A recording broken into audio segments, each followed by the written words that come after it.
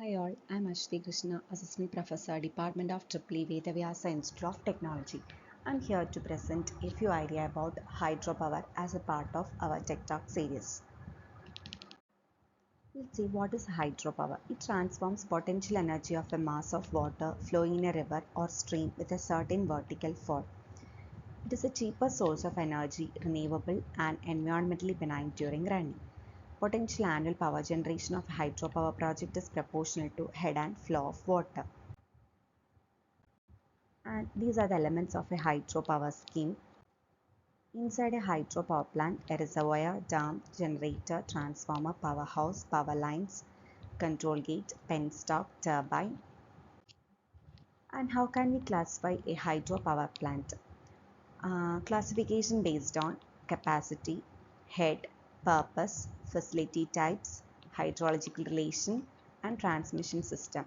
Let's see how can we classify according to capacity: large, medium, small, mini, micro, and pico. And according to head: high, medium, and low. According to purpose: single purpose, multi-purpose.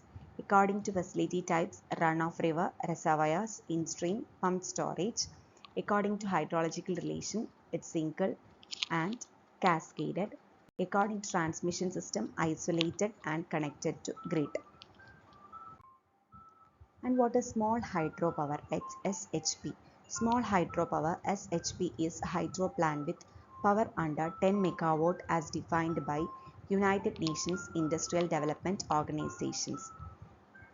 And pico means 5 kilowatt and below, and micro means 100 kilowatt and below, mini means 2000 kilowatt and below, small means 25,000 kilowatt and below, medium means 1 lakh kilowatt and below, and large means above 1 lakh kilowatt. Main components of a small-scale hydropower scheme can be summarized as follows. Water is taken from the river by diverting it through a intake at a weir. In medium or high head installations, water may first be carried horizontally to the forebay tank by a small canal or lead. Before descending to the turbine, the water passes through a settling tank or forebay in which the water is slowed down sufficiently for suspended particles to settle out. Forebay is usually protected by a rack of metal bar, that is a trash rack, which filters out waterborne debris. A pressure pipe or penstock conveys the water from the forebay to the turbine, which is enclosed in the powerhouse together with the generator and control equipment.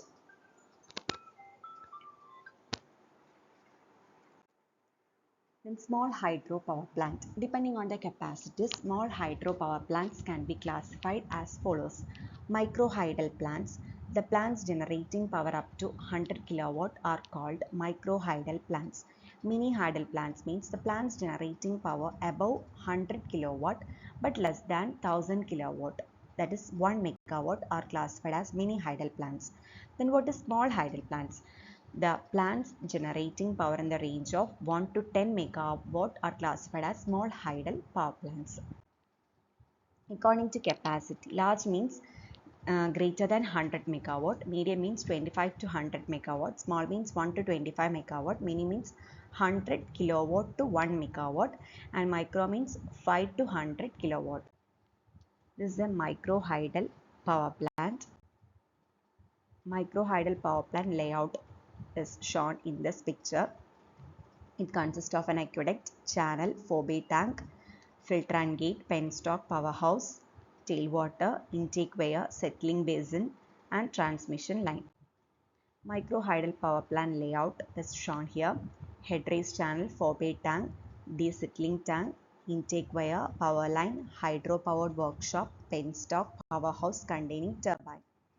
Microhydro or microhydel is a type of hydroelectric power that typically produce up to 100 kilowatt of electricity using the natural flow of water. These installations can provide power to an isolated home or small community or are sometimes connected to electric power networks. There are many of these installations around the world, particularly in developing nations, as they can provide an economical source of energy without the purchase of fuel.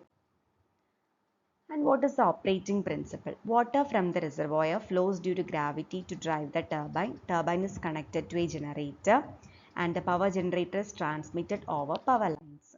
A water turbine that covers the energy of flowing or falling water into mechanical energy that drives a generator which generates electrical power. This is a heart of hydropower plant. A control mechanism to provide stable electrical power. It is called governor. Electrical transmission line to deliver the power to its destination. Figure shows a micro hydro in northwest Vietnam.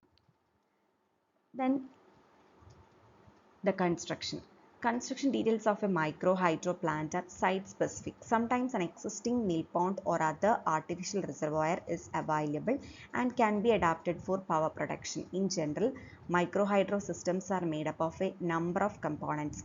The most important include the intake, where water is diverted from the natural stream, river, or perhaps a waterfall. An intake structure such as a catch box is required to screen out floating debris and fish, using a screen or array of bars to keep out large objects. In temperate climates, this structure must resist ice as well. The intake may have a gate to allow the system to be dewatered for inspection and maintenance. Usually, microhydro installations do not have a dam and reservoir. Like large hydroelectric plants have relying on a minimal flow of water to be available year round.